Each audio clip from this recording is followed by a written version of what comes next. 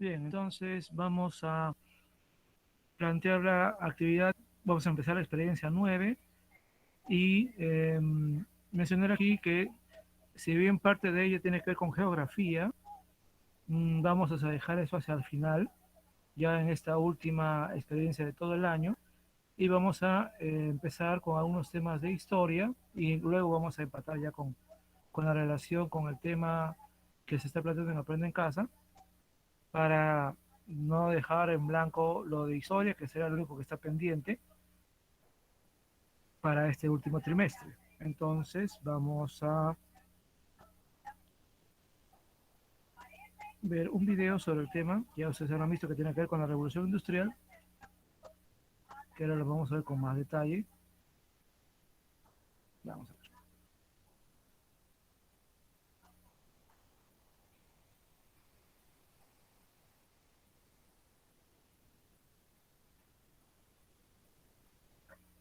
Como pueden ver, hay acá varios videos sobre la revolución industrial. Recomiendo que los puedan ver para tomar en cuenta y todos son breves. Vamos a ver el primero y sobre esta base vamos a ir explicando un poco el tema para luego ver la actividad, que se han dado cuenta ustedes que no es como las anteriores, no hay ninguna pregunta en la actividad 30. Ahora se les va a explicar lo que van a hacer y va a ser algo un poco diferente. Vamos a ver el video. La revolución industrial. ¿Cuándo tiene lugar? En el periodo que va de 1780 a 1840. ¿Dónde tiene lugar? En Inglaterra, para después extenderse a Europa y a los Estados Unidos. ¿Por qué fue una revolución? ¿En qué consistió? Desde el Neolítico, esto es 10.000 años antes del siglo XVIII, la humanidad no había experimentado una serie de transformaciones tan importantes en cuanto a su economía, su productividad, aparición de nuevas tecnologías que conllevó a una transformación profunda de la sociedad. En el Neolítico se aprendió a plantar, aparece la agricultura, domesticar a los animales, apareció la ganadería. Las sociedades ya no necesitan ser nómadas para subsistir, por lo que el hombre se hace sedentario y recolector, pudiendo almacenar el excedente. Surge un nuevo modelo de organización social con la aparición de ciudades y de nuevas civilizaciones. Con la revolución industrial se va a vivir otro salto cualitativo en la forma de vivir. Se va a pasar de un sistema rural de producción manual basado en la agricultura a un sistema de producción industrial en las ciudades. Vamos a desgranar cómo van apareciendo estos cambios. Nos situamos en la segunda mitad del siglo XVIII. En Inglaterra, las 13 colonias británicas en América acaban de independizarse, hecho que marca el inicio de la edad contemporánea. Es la época de las revoluciones liberales y el derrocamiento del antiguo régimen. Desaparece el poder absoluto del monarca. Los súbditos se convierten en ciudadanos que van a poder tomar decisiones sobre su propio destino. Desaparece la brecha social entre los privilegiados y el pueblo llano, con el surgimiento de una nueva clase social, la burguesía, una clase revolucionaria enfrentada a los estamentos de los privilegiados. ¿Por qué la revolución industrial comienza en Inglaterra? En Inglaterra se había instaurado 100 años antes el sistema parlamentario, definido ideológicamente por el liberalismo de John Locke, basado en la división de poderes, la economía de mercado y la libertad individual. Este modelo fue copiado después por Estados Unidos, Francia, España y es el modelo que se usa hoy en día en casi todos los países democráticos. Este sistema presta un nivel de seguridad jurídica que proporcionaba suficientes garantías para el empresario privado. Ello sumado a una mentalidad protestante más abierta que en otros países del sur de Europa, un periodo de paz dentro de Gran Bretaña, un buen sistema bancario, cierto equilibrio monetario y la ausencia de inflación hacen que se den las condiciones para que aparezca el capitalismo. Y con ello, la revolución de la industria. Inglaterra también tenía una posición geoestratégica privilegiada. Poseía una gran flota naval que dominaba los mares. Controlaba, entre otros, los territorios del subcontinente indio, fuente importante de materias primas para su industria, como el algodón que alimentaba la industria textil. El proletariado. Con el nacimiento de la burguesía nace también el proletariado, los trabajadores o clase obrera que carece de propiedades y medios de producción, por lo que, para subsistir, se ve obligada a arrendar sus fuerzas de trabajo a la burguesía propietaria de los medios de producción. Las condiciones laborales de los trabajadores eran todavía muy precarias, con largas jornadas de trabajo y malas condiciones sanitarias. Pese a esto, supusieron un gran avance respecto a épocas anteriores. Hubo un éxodo del campo a las ciudades. Las grandes ciudades mejoraron su alcantarillado y mejoraron las condiciones de salubridad. Se redujeron las epidemias y Edward Jenner descubrió la primera vacuna contra la viruela. Se redujo la mortalidad infantil. La consecuencia fue una gran explosión demográfica. En un siglo se triplicó la población del país. Aumentó la esperanza de vida de los 35 a los 50. El capitalismo trajo progreso y el salario medio en Inglaterra se duplicó. Los precios bajaron y mejoró sustancialmente la calidad de vida. Aunque el nivel de vida mejoró en el cómputo general, los grandes beneficiarios fueron los burgueses, que pasan de ser una clase social revolucionaria a una clase acomodada. La burguesía, cuya situación de privilegio social se basa fundamentalmente en la fortuna, desplaza definitivamente a la aristocracia terrateniente, cuyos privilegios estaban en su origen o en sus vínculos de sangre. Pero el nivel de vida de la clase obrera todavía tendría un amplio margen de mejora. Y si no, que se lo digan a Karl Marx. ¿Cuál fue el principal avance tecnológico de la revolución industrial? La máquina de vapor fue un invento que perfeccionó el ingeniero escocés James Watt. La máquina de vapor consiste en un motor de combustión externa que transforma la energía térmica de una cantidad de agua en energía mecánica. Por la flecha roja a la izquierda entra el vapor de agua calentado por una caldera de carbón cerrada herméticamente. Se genera vapor de agua, lo cual produce la expansión del volumen de un cilindro empujando un pistón. Mediante un mecanismo de biela manivela, el movimiento lineal alternativo del pistón del cilindro se transforma en un movimiento de rotación que acciona una rueda. ¿Qué aplicaciones tuvo la máquina de vapor? La introducción de la máquina de vapor en las distintas industrias fue el paso definitivo en el éxito de la revolución industrial, pues su uso significó un aumento espectacular de la capacidad de producción. Al elevar la capacidad de producción, se disminuye el tiempo de fabricación de los productos, dando paso a la producción en serie. Se simplifican tareas complejas en varias operaciones simples que pueda realizar cualquier obrero sin necesidad de que sea mano de obra cualificada, y de este modo bajar costos en producción y elevar la cantidad de unidades producidas. Los modelos anteriores de máquinas de vapor a los de Watt se habían usado para el bombeo de agua. La máquina de Watt introducía el movimiento rotatorio, por lo que se pudo usar para suministrar energía motriz a otras máquinas, como un molino harinero, un martillo de forja, para elevar carretillas con mineral en las minas mediante raíles metálicos o para la floreciente industria textil del algodón. Pronto se realizaron los primeros experimentos para aplicar el vapor al transporte terrestre.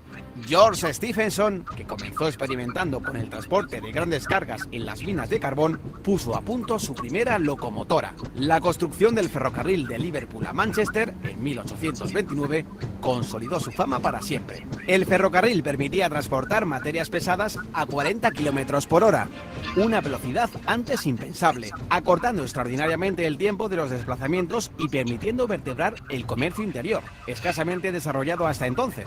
El volumen de los intercambios se multiplicó. También se aplicó el vapor en otro ámbito de la industria del transporte, la navegación fluvial y marítima, con la invención de los barcos de vapor. Otro avance digno de mención fue el alumbrado público de gas. Las ciudades se convirtieron en lugares más seguros para viajar.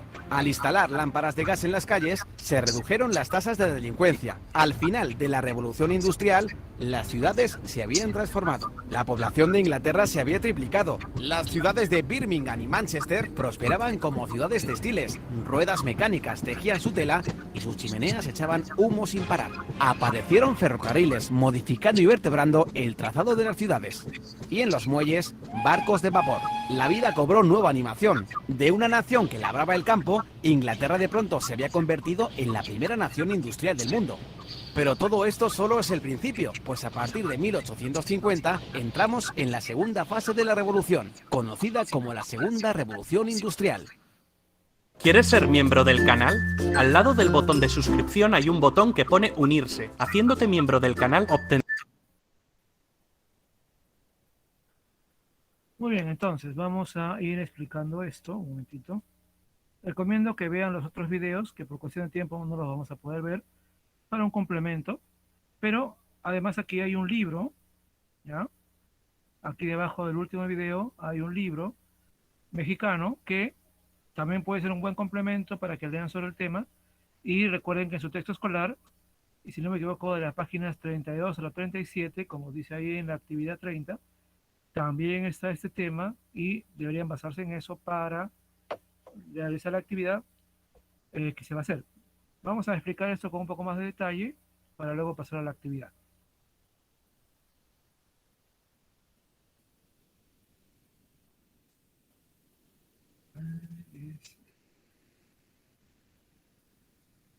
Muy bien, entonces...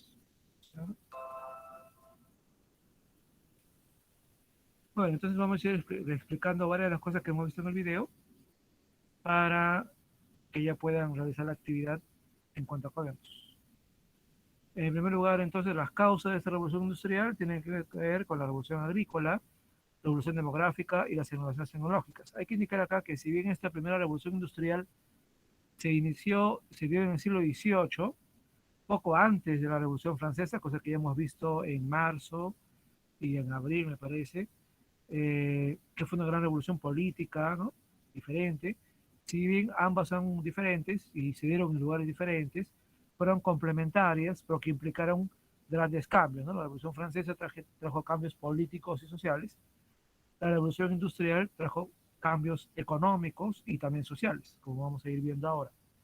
Ahora, hay que decir también que antes de esta revolución industrial, hubo en el siglo XVII una revolución científica, y es que fue un periodo en la que, primero que todo, apareció, o no apareció, sino que se descubrió el método científico y se comenzó a aplicar ese método en diferentes estudios, lo cual dio origen a una diversidad de inventos, descubrimiento de leyes, teoremas, que van a ser la base de la tecnología. Como ustedes saben, la ciencia es la base de la tecnología. Entonces, para que se dieron estos logros en el siglo XVIII, primero hubo cambios a nivel de las ciencias en el siglo XVII, además de, de los primeros inventos, lo cual llevó a lo que vamos a ver ahora.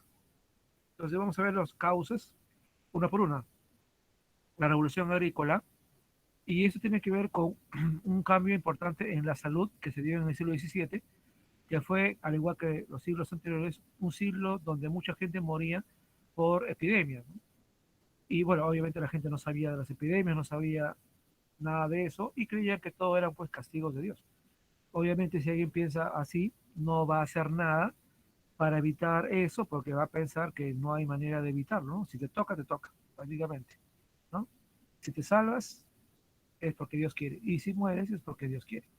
Entonces en una forma de pensar así no hay ninguna posibilidad de cambio. Sin embargo, los científicos y los doctores que aplicaban el método científico se daban cuenta que esto no funcionaba así y van a aplicar las primeras medidas, como vimos en el video, medidas de salud, medidas de limpieza, porque las ciudades europeas eran sumamente sucias, asquerosas, por no decir otra palabra, y eran obviamente lugares donde las epidemias podían surgir. Era cuestión de tiempo nada más para que empezaran ahí epidemias y pestes y cosas parecidas que obviamente mataban a la gente muy rápidamente, porque además pues, la gente, sobre todo la mayoría de la gente no comía bien, trabajaba mucho, vivían hacinados y eso era perfecto pues para que las epidemias crezcan, ¿no?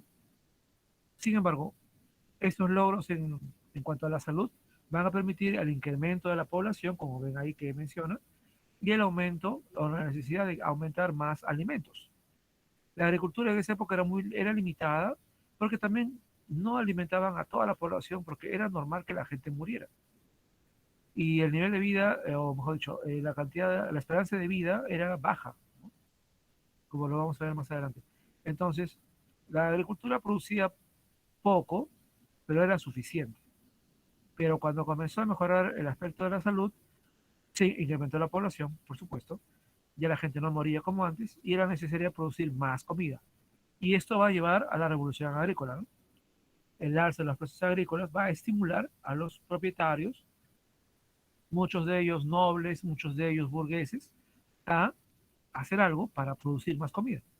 Y eso se va a lograr con el fin del antiguo sistema señorial, y eso mucho tiene que ver con la Revolución Francesa, el hecho de aceptar la propiedad privada de la tierra. Recuerden que antes todo era de la nobleza nada más, y la libre explotación de la tierra. Entonces, eso va a permitir mayores inversiones. También van a mejorar las técnicas de los cultivos y se van a traer a Europa cultivos nuevos que van a ayudar a reducir el hambre. Por ejemplo, el maíz y la papa, ¿no? La patata es la papa, que van a salvar al hambre a la gente más pobre, a los campesinos. Sobre todo en un país, por ejemplo, que sufría mucha hambre, que era Irlanda. La papa de Sudamérica, la papa nuestra, va a salvar a los irlandeses del hambre, que era realmente tal vez era el lugar donde esto era peor que en cualquier otro lugar. La revolución agrícola entonces va a implicar tener o producir más alimentos y tener más materias primas para la ciudad, que son las que más van a ir creciendo, y también en la medida en que la agricultura va mejorando, muchos campesinos van a perder sus empleos. Uno puede decir, no, ¿y por qué no? Porque también van a comenzar a usarse máquinas en la cuestión agrícola y muchos van a perder sus empleos y muchos entonces van a ir a las ciudades y se van a convertir en los primeros obreros, como vimos en el video. Y también porque va a haber un amplio mercado en las zonas rurales para los productos. Así que la revolución agrícola es una primera causa de la revolución industrial. Como mencionamos, en el siglo XVII va mejorando el aspecto de la salud y eso implica entonces que hay un crecimiento de la población y eso se le va a llamar revolución demográfica.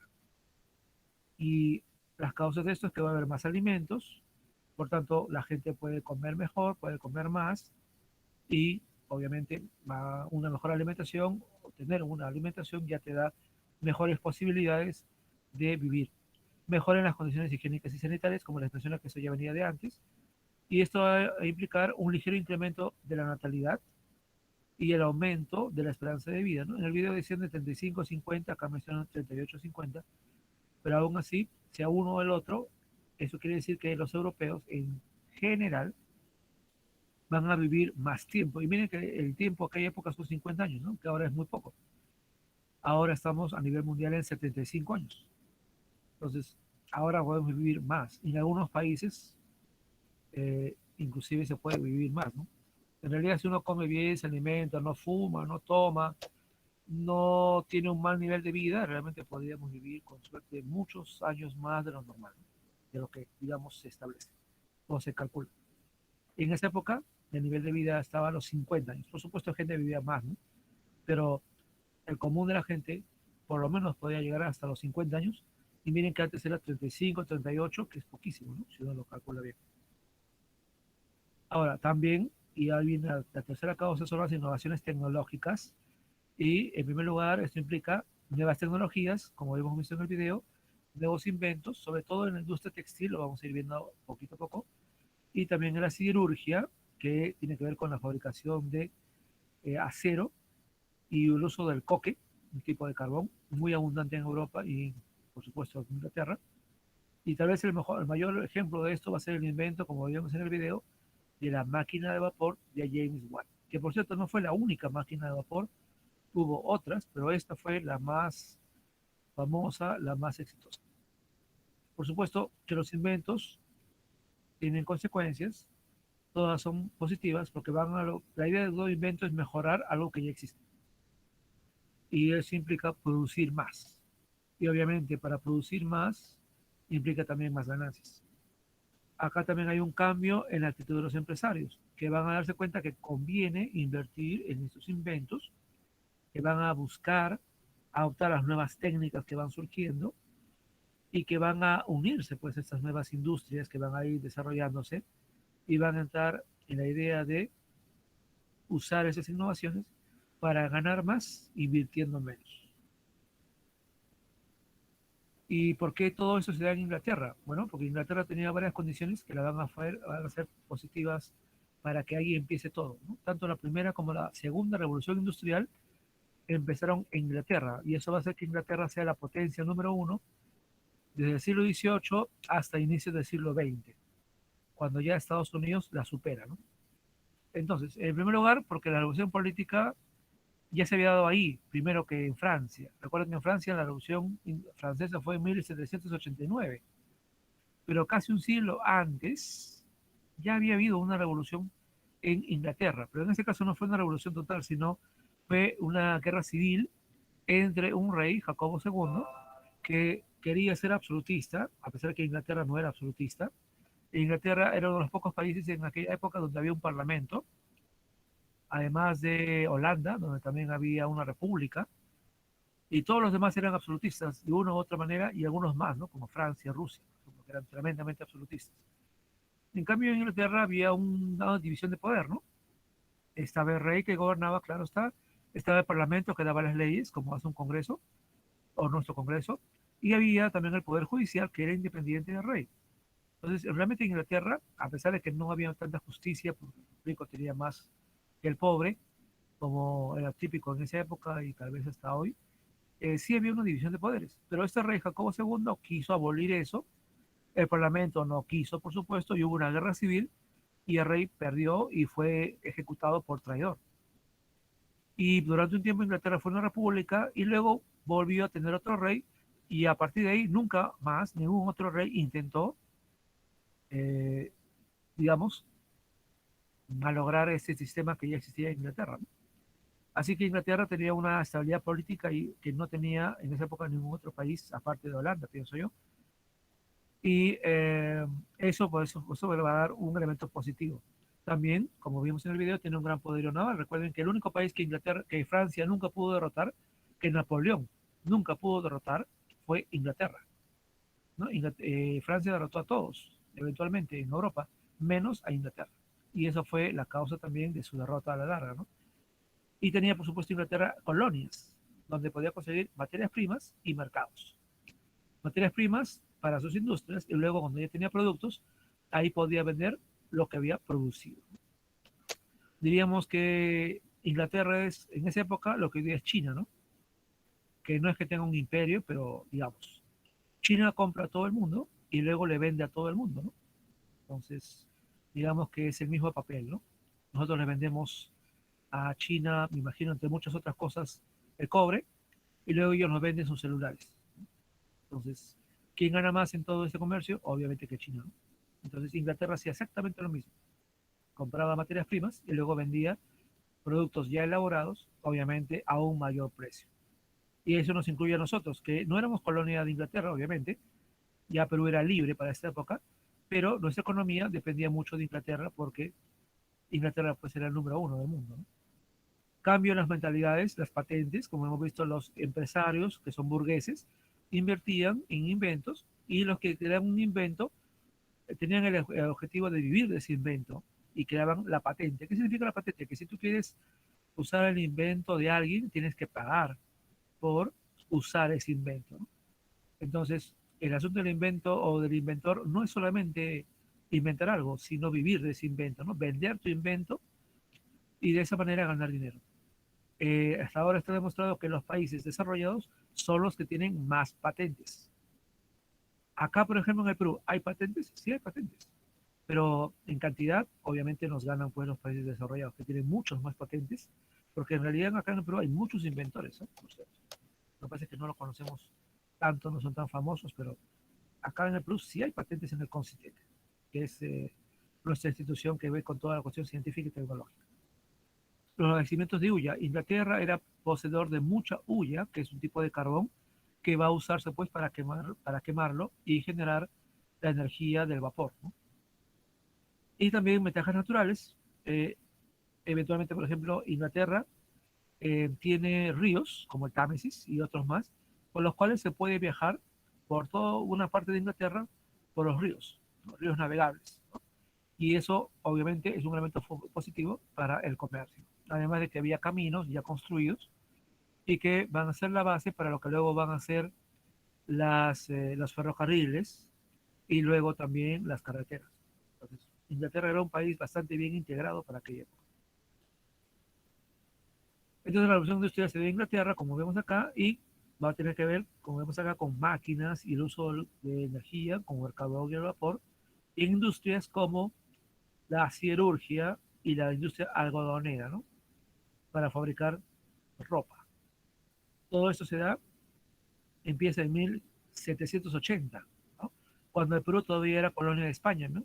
Entonces nosotros estábamos todavía empezando nuestra guerra de independencia, cuando ellos ya estaban empezando su revolución industrial. Y en 1850 Inglaterra ya había concluido su industrialización. Y nosotros recién teníamos 25 años de independencia, ¿no? Estamos obviamente atrasados en relación con Inglaterra si nos comparamos con ellos. Y las nuevas fuentes de energía van a ser la hulla, como dije, un tipo de carbón para usarlo en las máquinas de vapor, y obviamente el vapor con la máquina de vapor, como vimos en el video, ¿no? Que se mueve a partir de la quema de la hulla, el coque, el carbón, como queramos llamarlo. Ahora, hay que indicar acá, ustedes deben recordar que eh, antes de esto, ¿qué usaban como energía las personas? Solamente había tres posibilidades. Primero, la fuerza animal, o sea, la fuerza bruta, ¿no? Como se dice.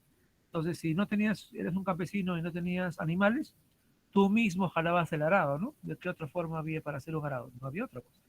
Y si tenías la suerte de tener animales, por ejemplo, bueyes, o un caballo, o un toro, bueno, entonces les ponías, ¿no?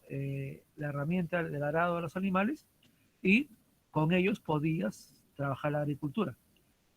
Entonces había o la fuerza humana o la fuerza de un animal.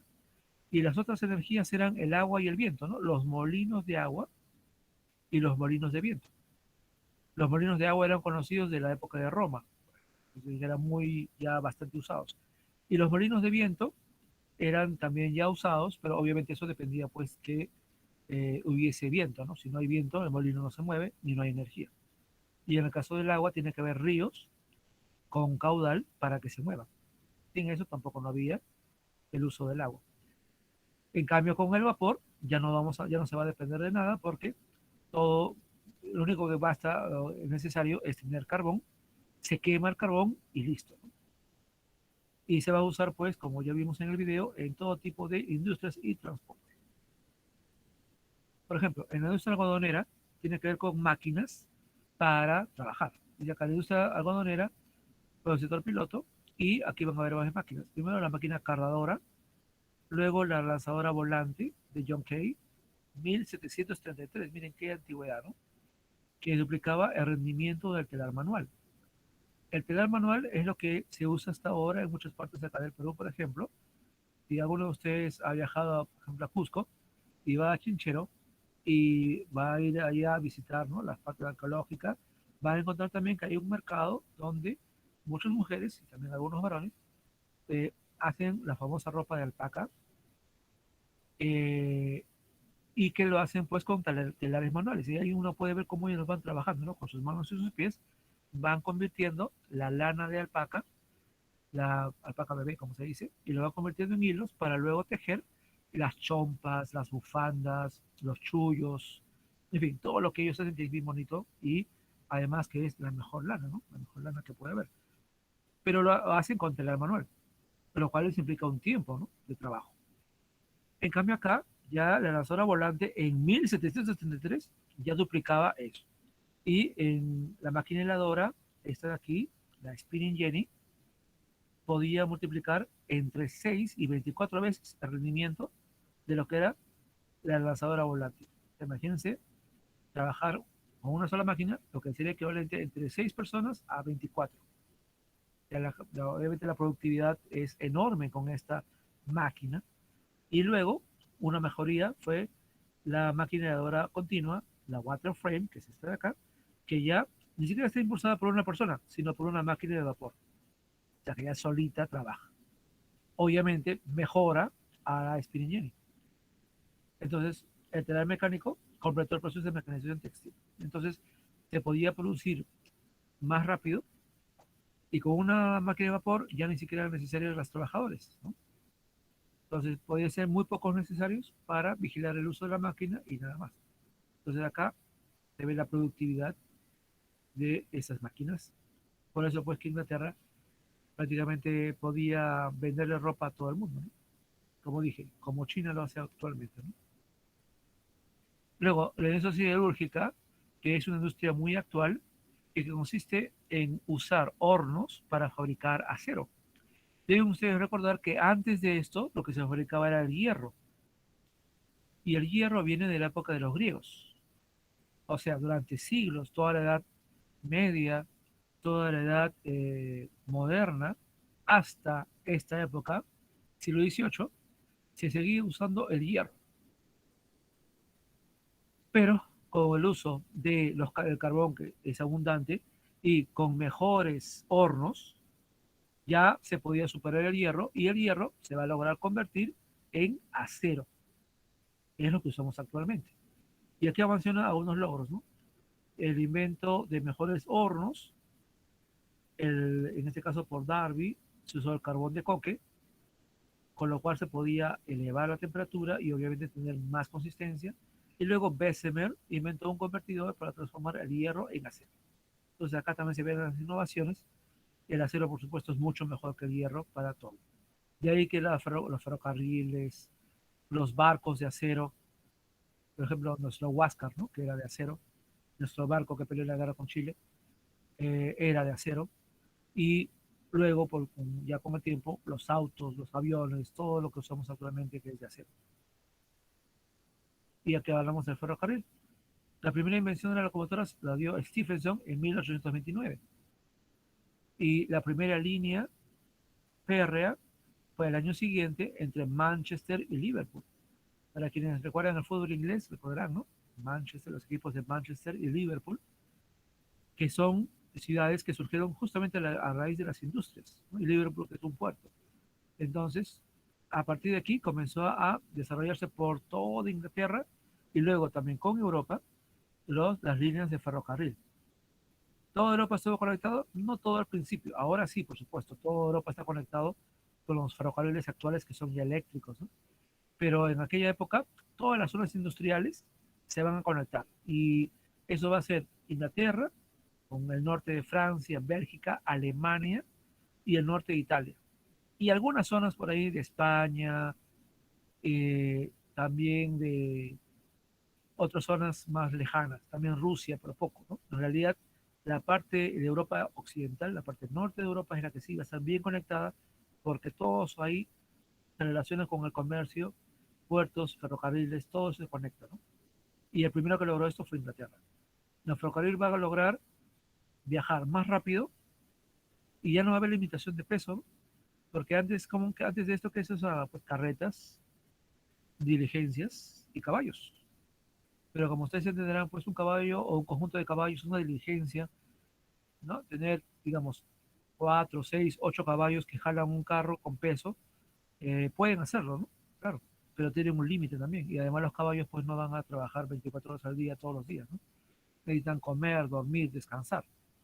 Entonces, había limitaciones. Pero con el ferrocarril ya no hay limitaciones, ¿no?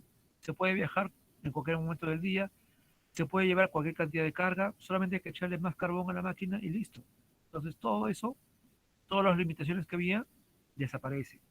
El transporte, obviamente, avanza más rápido, se desarrolla más y las personas también pueden viajar más rápido a cualquier otro lugar.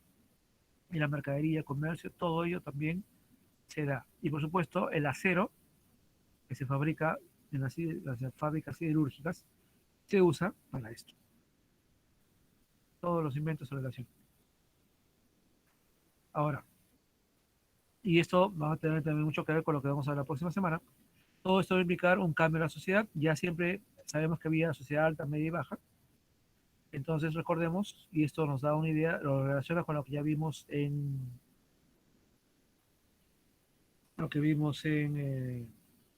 marzo, y se va a lograr la igualdad jurídica, pero la desigualdad real, ¿no? Como ya habíamos visto en la Revolución Francesa.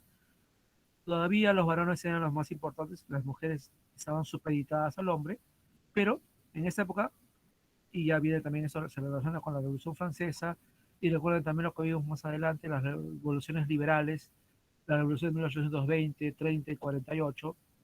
Esto va a significar que la aristocracia va perdiendo poder y más bien los burgueses van a ir ascendiendo socialmente.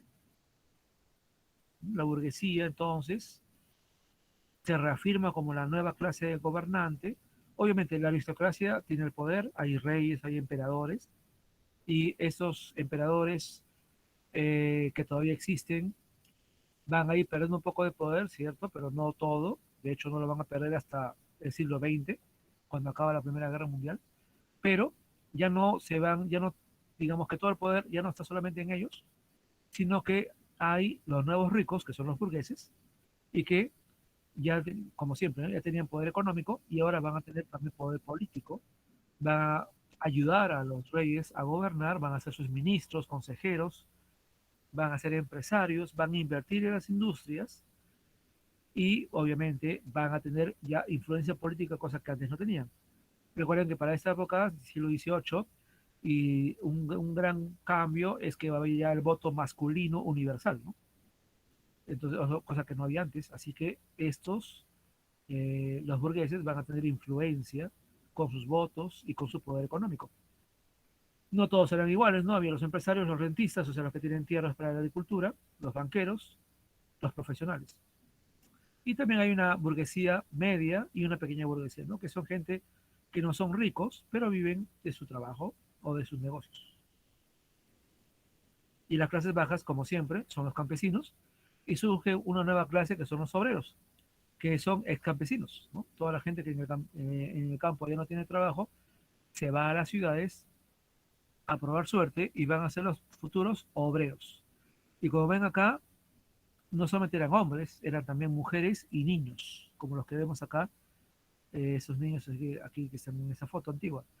Y muchos empresarios preferían trabajar o darle trabajo a mujeres y niños, pero no porque fueran buena gente, sino porque les podían pagar menos que a un hombre y podían hacer el mismo trabajo. Entonces, había mucha explotación de por medio, jornadas laborales de hasta más de 12 horas y no tenían ningún tipo de protección, no había ningún tipo de seguro ni nada. Si alguno de ellos moría, bueno, mala suerte. Si alguno de ellos tenía un accidente y quedaba grave o mal, simplemente lo botaban y contrataban a otro y no pasaba nada. No había leyes que protegieran a las personas. Los derechos laborales vienen luego, ¿no? En el siglo XX. Y acá estamos todavía en el siglo XVIII e inicio del XIX. O sea que durante mucho tiempo los trabajadores no tenían ningún tipo de protección contra nada. El papel de la mujer, como ya vimos también en marzo, era muy limitado. Cuanto más bajo era su estatus, peor su situación. Su trabajo era poco valorado y reconocido. La mujer en general estaba destinada al matrimonio, esa era su principal función. Realizaban labores domésticas, sobre todo las mujeres de la burguesía y la nobleza, que podían dedicarse a hacer eso, ¿no? Amas de casa. Pero las mujeres campesinas y obreras también, por supuesto, hacían las labores domésticas, pero tenían que trabajar, ¿no? Como obreras o como empleadas, servicio doméstico, ¿no? Digamos que como muchas mujeres hasta el día de hoy, no se valora mucho su trabajo, pero siempre se espera que ella haga las labores domésticas, ¿no? Cocine, limpiar, planchar, etcétera, ¿no? Y bueno, obviamente ese tipo de consideración ya está cayendo, pero en esta época todavía era muy común. No tenían derechos, no votaban. Recuerden eso de la votación de la mujer. Recién va a comenzar a darse poco a poco en el siglo XX. O sea que faltaba mucho todavía para eso. Y la mayoría de los trabajos los hacía el hombre. Había empleos para mujeres, claro. Por ejemplo, secretarias, obreras. Si tenían, eran chicas, eran mujeres de la burguesía y tenían educación, podían ser enfermeras, podían ser profesoras, podían ser secretarias. Esos son los empleos que estaban para ellas, ¿no? Pero, y obreras eran pues las mujeres más pobres y campesinas, por supuesto, ¿no? Pero más allá de eso, no. ¿No? Difícilmente podían, las mujeres no estudiaban tampoco, no había a la universidad, así que todavía no había mujeres profesionales, y eso fue cambiando recién en el siglo XIX, en que mujeres muy bien preparadas pudieron demostrar que podían, y de hecho ya había muchas mujeres muy, muy capaces, pero no eran reconocidas por ser mujeres. Y esto lo vamos a ver también la próxima semana, pero para mencionar nada más que ni bien los obreros comenzaron a darse cuenta de su explotación, comenzaron a luchar por sus derechos y esto fue lo que se llamó el movimiento obrero, ¿no? El primer movimiento obrero fue el movimiento ludita, llamado así por John Luth. El ludismo tiene una lógica muy simple, ¿no? Si las máquinas me quitan mi empleo, o sea, si un empresario me ha despedido porque usa una máquina y ya no soy necesario, la solución ¿cuál es? Destruir las máquinas. Y eso fue el movimiento ludita, ¿no? intentaban destruir las máquinas y así tener su empleo. Pero esto era una visión muy simple y lamentablemente para ellos no tuvo éxito porque cuando estos empleados obreros destruían máquinas, rápidamente eran capturados, perseguidos y los condenaban usualmente a muerte o a cadenas muy largas por destruir propiedad privada. O sea que este movimiento no logró realmente nada. Más bien, los obreros lograron, y eso fue obviamente primero en Inglaterra, lograron ciertos derechos. Primero en 1824, mira, cuando nosotros estamos recién estábamos ya logrando nuestra independencia, cerca, bueno, prácticamente nuestra independencia, ¿no? Recuerdo que la batalla de Ayacucho y de Junín fue en este año. Ya en Inglaterra se había logrado el derecho de asociación y entonces la creación de los primeros sindicatos que usaban como su lucha, su vehículo de lucha, la huelga. Y ya para esta época, pero digamos 1850, 60, aparece el marxismo y el anarquismo. Recordemos que esto es una cosa muy actual, porque recuerdo que nuestro presidente es parte de un sindicato que se hizo famoso en una huelga en 2017 y que, aunque él no lo diga, es marxista, ¿no? No lo va a negar o no lo puede negar. Y el marxismo se va a convertir pues, en la ideología del movimiento obrero. El marxismo defiende una revolución obrera, que los obreros tomen el poder y que se establezca una dictadura del proletariado y se hagan dueños de todo, ¿no? Le quiten todo a los ricos. Esa es la idea del marxismo, básicamente. El anarquismo es otro tipo de movimiento que al principio estaba muy unido al socialismo marxista y luego se separaron. El anarquismo, a diferencia del socialismo, plantea la libertad total de las personas, la solidaridad social y que por tanto no deben haber instituciones, no debe haber gobiernos, no debe haber ejército, no debe haber policía, no debe haber colegios, no debe haber maestros, no debe haber nada de nada. Las personas deben ser libres, no debe haber propiedad privada, todo debe ser colectivo. ¿No? De ahí que la palabra anarquismo significa caos, ¿no? En la actualidad el anarquismo todavía existe y hay mucho del anarquismo que ahora es creado por hackers que atacan instituciones mundiales como parte de su lucha por la libertad. Muy bien, eso es todo. Eso lo vamos a continuar viendo un poco la próxima semana, que vamos a hablar de las consecuencias de este movimiento. Muy bien, ahora sí, vamos a explicarles qué es lo que van a hacer. Entonces, eh, reitero, tienen su texto escolar, tienen los 4 videos, tienen el libro mexicano, ¿ya? El PPT no lo he puesto ahí porque en realidad es, todo lo que está en el PPT está en su libro y los videos, así que no creo que sea necesario también poner el PPT. Bien, lo que ustedes van a hacer es lo siguiente, ¿eh? Ahorita les voy a poner un enlace, un momentito, en el chat. Ustedes van a dar, a lo mejor se los voy a mostrar primero, ¿ya? Ustedes van a dar una prueba, les voy a mostrar cómo es la prueba, ¿ya? Es algo diferente a lo que hemos hecho del formulario de la vez anterior.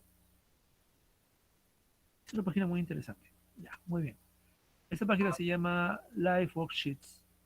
Y es una página que es muy interesante porque convierte los exámenes, es decir, las pruebas o prácticas que están en Word, ¿no? Y las convierte en una evaluación virtual. Normalmente eso lo hacíamos antes de que hubiese el libro de texto y el cuaderno de trabajo, ¿no? Hace como 5 años atrás usábamos este tipo de cosas, pero las imprimíamos y se las daba a ustedes, ¿no? Para que trabajen, ¿no? Porque no había otra manera de trabajar a veces, ¿no? Bueno, y eso ya cuando llegó el cuaderno de trabajo ya no se hacía, pues, ¿no? Ya no era necesario. Ahora, este tipo de hojas, ¿no? En Word, es una hoja en Word, ¿no? Que alguien ha hecho, no sé, profesora la ha hecho, no lo he hecho yo, por cierto, pero me ha parecido muy bien y la ha convertido en una ficha virtual. Entonces, yo les voy a enviar el enlace de esta prueba y ustedes, la voy a poner ahorita en el chat de nuestra clase y ustedes van a marcar la uno como pueden ver, ¿no? ¿Cuál es verdadera, cuál es falsa? Van a marcar acá en el cuadradito. Van a elegir acá cuál es la respuesta correcta de las 4 que están acá y acá son 8 preguntas, y cuando acaban, van a dar por terminado. Y van a poner mi correo personal, que ahorita se los voy a dar, porque mi correo personal está, con ese correo personal he abierto mi cuenta en esa página, y ustedes van a poner sus nombres, ¿de acuerdo? Van a poner sus nombres ahí cuando lo envían, y esto va a llegar a mi cuenta en esa página, y ya todo punteado, o sea, ya evaluado automáticamente, ¿ya? Entonces, esto lo pueden hacer hoy mismo. Es más, yo pienso que esto, en cuanto acabe, deben hacerlo, dado que está todo ahí fresco, lo que se ha explicado, y estoy seguro que muchas de las preguntas que están acá las van a poder responder al instante. Y en lo que tengan duda, bueno, revisan su libro, el peruano, el mexicano o los videos. ¿De acuerdo? Muy bien, entonces voy a dejar compartir y voy a copiar el enlace y lo voy a poner acá en el chat. Bueno, ahí está el enlace de la prueba que acaban de ver. Y lo van a enviar a mi correo personal. El año pasado conocemos, pero vamos a colocarlo otra vez.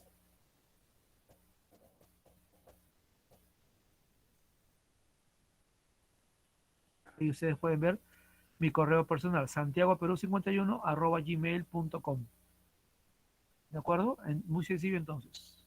Entran a la página, responden, lo envían a mi correo, ponen su nombre y listo. ¿Ya? No hay tiempo, no hay medición de tiempo, así que lean con calma antes de marcar verdadero o falso o la respuesta que sea la correcta. Y obviamente está sobre 20. Bueno, en realidad como es de otro país creo que está sobre 10, pero 10 es equivalente pues a 20, ¿no? Entonces no se preocupen, la conversión yo ya lo voy a hacer. Ahora, lo que podrían también hacer ustedes es tomar el pantallazo y enviarme el pantallazo de toda la prueba o donde sale el puntaje y eso lo suben al Classroom para que puedan ahí colocar de envío o tarea enviada. ¿Ya? Yo también me voy a tomar el trabajo de ver mi cuenta y voy a ir en la parte de la evaluación, voy a ir colocando ahí la evaluación que corresponde para que esté considerado como tarea resuelta. Bien, quiero preguntar si hay algún tipo de duda sobre lo que tienen que hacer.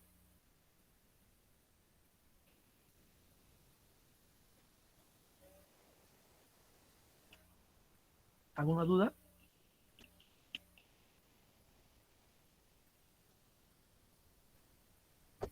¿Se entiende todo lo que tienen que hacer? Sí, profesor. Gracias, Sí, Luis. profesor. Ok, Nicole, muy bien.